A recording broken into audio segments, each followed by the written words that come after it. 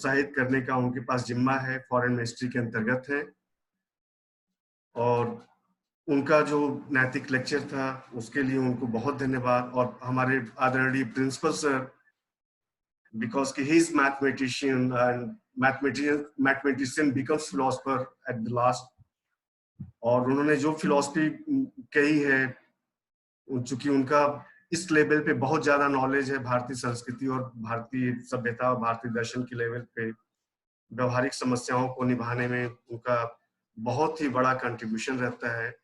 और हमेशा वो प्रमोट करते हैं भारतीय संस्कृति, भारतीय दर्शन, भारतीय कला को। और हमेशा एक गार्जियन के रूप में हमारे सामने एक अपने बच्चों की तरह से हमको मौका देते रहते हैं। उनका बहुत बहुत इस प्रेसिडेंशियल स्पीच के लिए बहुत बहुत धन्यवाद। Now, sir, I just want to request you to please invite Dr. Rosemary Gibson from USA. She is very high-profile lady for our program. So I'm requesting our honorable principal, sir, to request her to please join and give her. Hello, Dr. Rosemary Gibson. Hello. Good Hello, how are you? afternoon. How are you, madam? How are you, madam? Wonderful to be with you. For us, this is good afternoon, and for you, this is good morning. So I am telling you both good morning and good afternoon. It is very early, 4 a.m. Yes. I am inviting you to deliver your lecture, your valuable lecture. I had listened, I had read your one book. So since then I was trying to listen you, but now today Satish gave me opportunity to listen you. Thank you very much. Thank you very much. And please come and give your lecture. First, I want to thank all of you for this wonderful opportunity this afternoon to be with you. I especially want to thank Dr. Satish Kumar Singh for this gracious invitation. I'm also indebted to Dr. Janardhan Prasad Singh from the World Bank, who made the very kind introduction to Dr. Satish Kumar Singh. So my very to you both. I want to commend the college and the Department of Philosophy for having a discussion on this extraordinary and so important topic about our call of duty and the moral imperative we all have with COVID-19. Can you all hear me well? Can you all hear me well? Yes, ma'am. You can. Okay, thank you. I think that there are three aspects to our moral imperative as I have observed them, especially here in a context in the United States where many people have been affected by the coronavirus. The first aspect is the call of duty in these very difficult times in the care of the patient, the person who is sick and who's hospitalized. The second is the care of duty for the doctors, the nurses, the ambulance drivers, the first responders, and so many other people that have taken care of people who are very sick, and many of them have survived and are back at home with their families recovering. The third duty of care pertains to our government, society, and even commercial engagements. I think here of, this is based on the work I'll talk about called in the book China RX, Exposing the Risks of Our Dependence on China for Medicine. And I'll talk about how important it is for the commercial actors in society to ensure that people have what they need, the materials, the testing kits that work, the gowns that actually protect people. And then I'll close with the importance of our moral imperative that in a world of social distancing, that somehow we find a way to come back together again in trust without our masks when it's appropriate. So let me begin first with a duty of care to the patient. We have seen many aspects of the care of the patient that have worked in extraordinary ways. Many, many very seriously ill people have been suffering greatly. And as we look back, many things have been done well. I'm speaking to you from New York, which has had the highest number of cases. And that has to care for them in large numbers at once. That has taken a dedication and skill. It has taken facilities, intensive care units that are well staffed and prepared as much as they can. But these are new times when we have such a large number of people who are all sick at the same time. And how do we manage that? It's heartening to see so many people that are, I was watching last night a video of a gentleman who had been on a ventilator, was extremely ill. And then he recovered and he was returning home to his family, friends, and co-workers. This is where, as a society, we meet our moral imperative, where the frontline healthcare workers step up and do extraordinary things in extraordinary times. I think we also have an opportunity to, it's our moral imperative to look back and ask, what can we do better? What could we have done better? In my state of New York,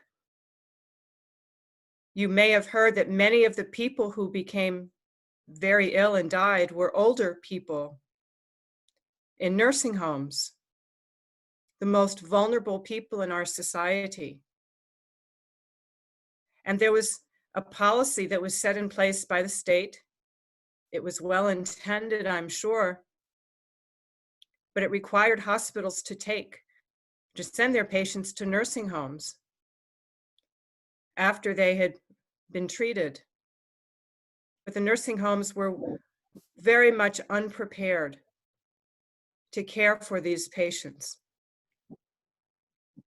And as a consequence, the older adults living in nursing homes, many of them caught the COVID-19 because of this policy. This is why there's been so many deaths in nursing homes in New York, New Jersey, and a small number of other states who had this policy that turned out to be just not a good thing to do. So it's our moral imperative as a society not to go back and point fingers, but to learn from this so we can go ahead and move forward. Because there will be another pandemic, there will be another event where we will be tested to the extreme. And what can we learn from this? We have a duty to do that. We also have a duty to take a moment and to thank and honor the doctors, the nurses, the frontline workers who have put themselves on the front lines of caring for very sick people who have a very contagious infectious disease. I know a physician colleague he was working in the hospital for the past 2 months, and his wife, she is in upstate New York, several hours away from him, and she's older, and he's done that because he doesn't want her to possibly become sick. So we are seeing doctors separated from their families to protect their loved ones. And we can look at decisions that hospitals have made that are good ones to protect those who care for others. They've contracted with They've contracted with hotels to give them a place to live so they don't go home and infect their families. So many, many wonderful decisions and good things have happened in times of great stress. And we should honor the people who have done that. And we should learn from what we have done and how can we do it better. I'd like to turn now to another moral imperative that we have as a society, as government, and even as businesses. There's been talk in virtually every country about having enough of the proper tools, the testing kits, the masks, the gowns and the gloves to protect those who are caring for others with a potentially deadly infectious disease. I know in India, as in the United States, as in Canada, Spain, and many other countries, the United Kingdom, there were testing kits sold to hospitals that were giving false readings. And that is a grave disservice to patients and to those who are caring for them. We have seen gowns that have been distributed to hospitals, and these products emanated from China, and they were contaminated with bacteria when they're meant to be sterile. I'm sure you've seen also in the news the masks that protect healthcare workers and the public. And then they are made in such a way that they don't protect them. They're poor quality. And this suggests a moral imperative for our commercial sector to purchase those things that we need in our hour of need, that our work, that are manufactured in the way that they should be. It does a grave disservice to society. It creates mistrust. It creates fear if we have products that don't work as they should. I want to turn for a moment to the question of medicines.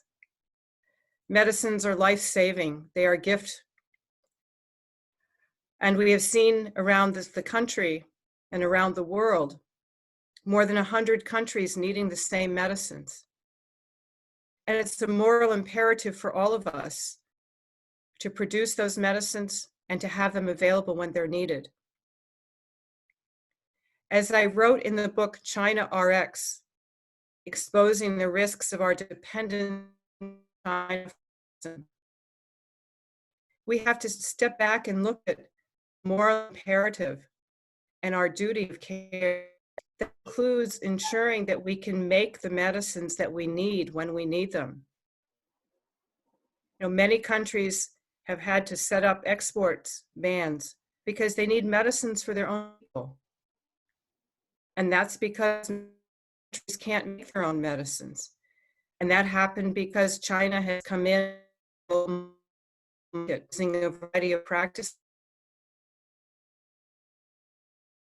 for us to have some degree in the United States.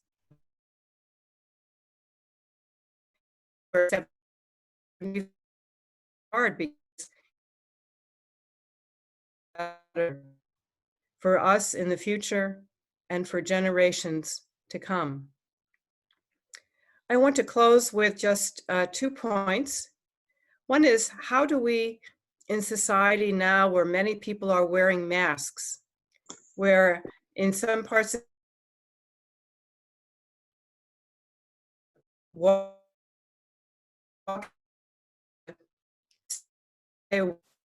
this does is it creates some fear and uncertainty.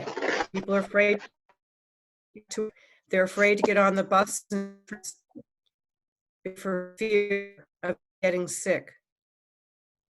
how do we come to a point where everyone feels safe, that we can literally take our masks off and be with each other without our masks when it's safe, and to mitigate the fear?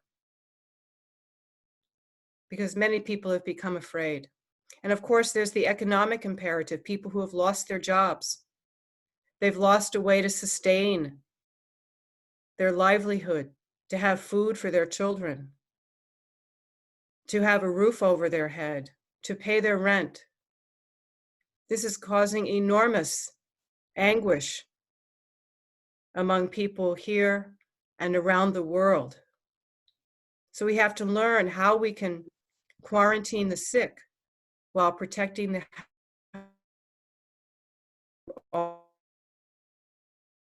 with our lives as much as we can. Time and it's, I want to, by expressing my very sincere a dialogue on the moral imperatives of our time in the context of coronavirus.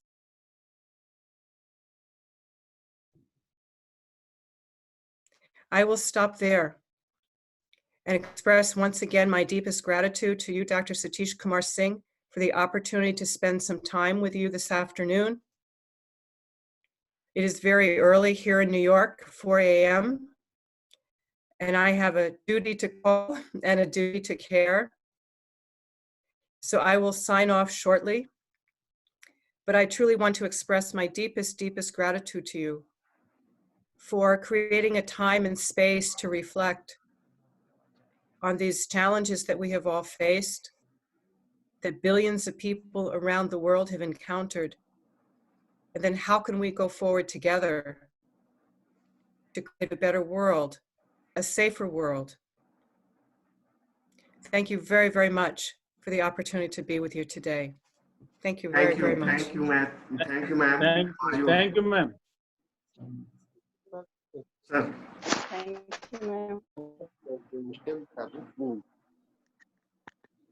Principal. Thank you, madam.